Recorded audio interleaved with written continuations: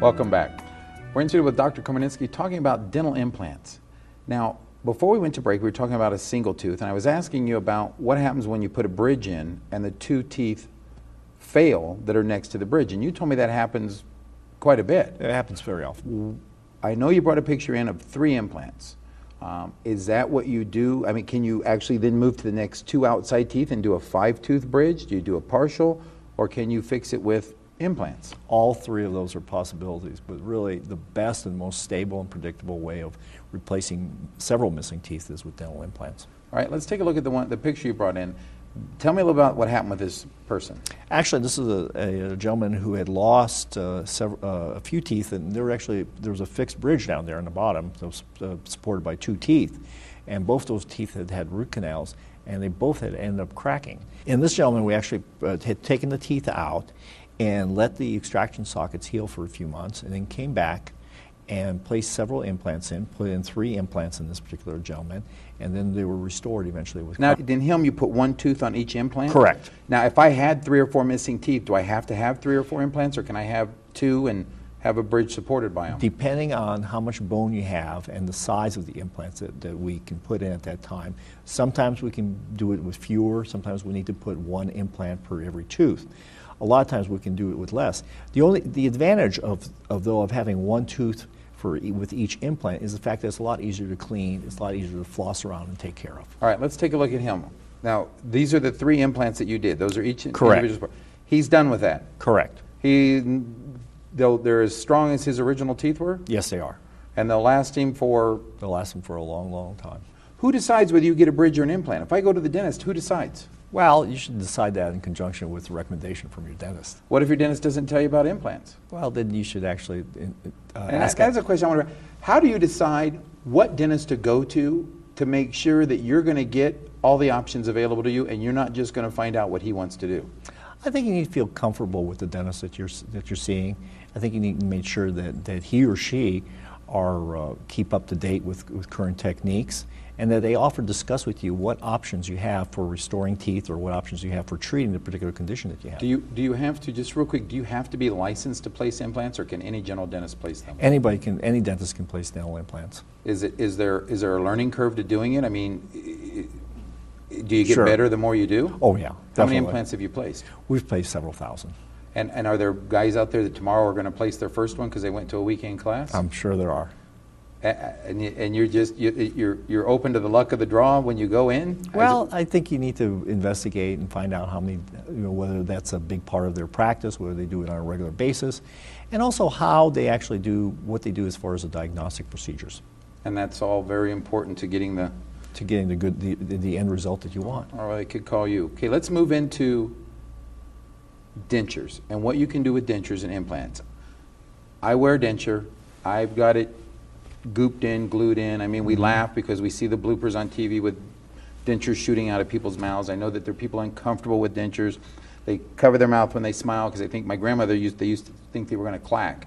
And I mean, she ended up towards the end of her life not eating with us because she couldn't chew. Sure.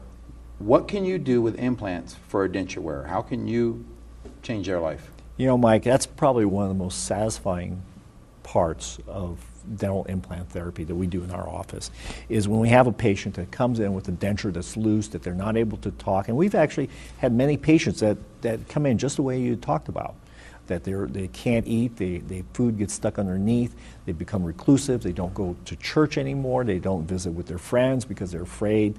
And so we can do some things for them that are absolutely amazing, I think, and actually improve significantly the quality of their life. How many, can you stabilize their denture with an implant? Yes. How many do they need? 6, 5? Well, there's a lot of different ways of doing it. Okay. And I think we can start off with the simplest is basically just with 2 implants to help stabilize a lower denture. So they come in, now what about bone loss? Does that play a big part? I mean, is there ever not enough bone to put an implant in?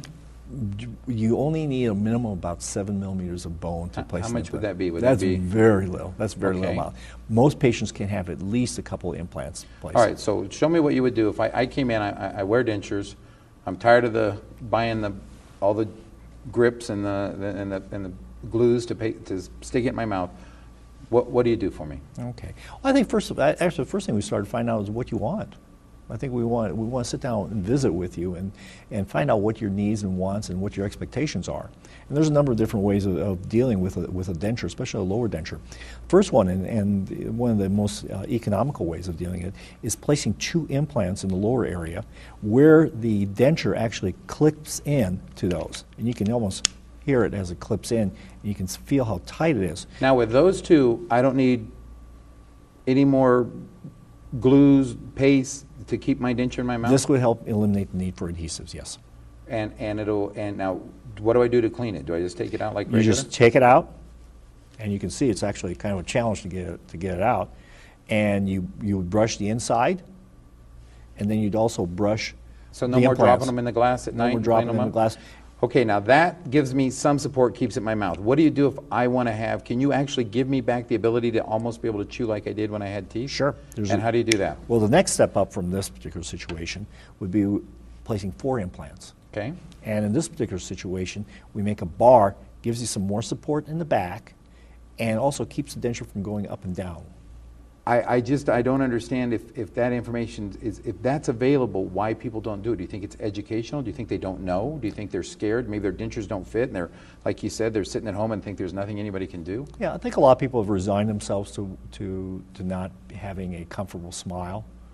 And that's sad because there's so many things that we can do for them, and we can really improve the quality of their life in a very significant way. I'm going to put you on the spot a little bit. If somebody has a problem, they have a concern, they have a question, they don't know who to turn to, can they call you? They can call us. We'd be glad to answer Would you give them. them a few minutes of your time and answer their questions? We would answer your questions, and they also can go see visit us on our website, www.firststepdental.com.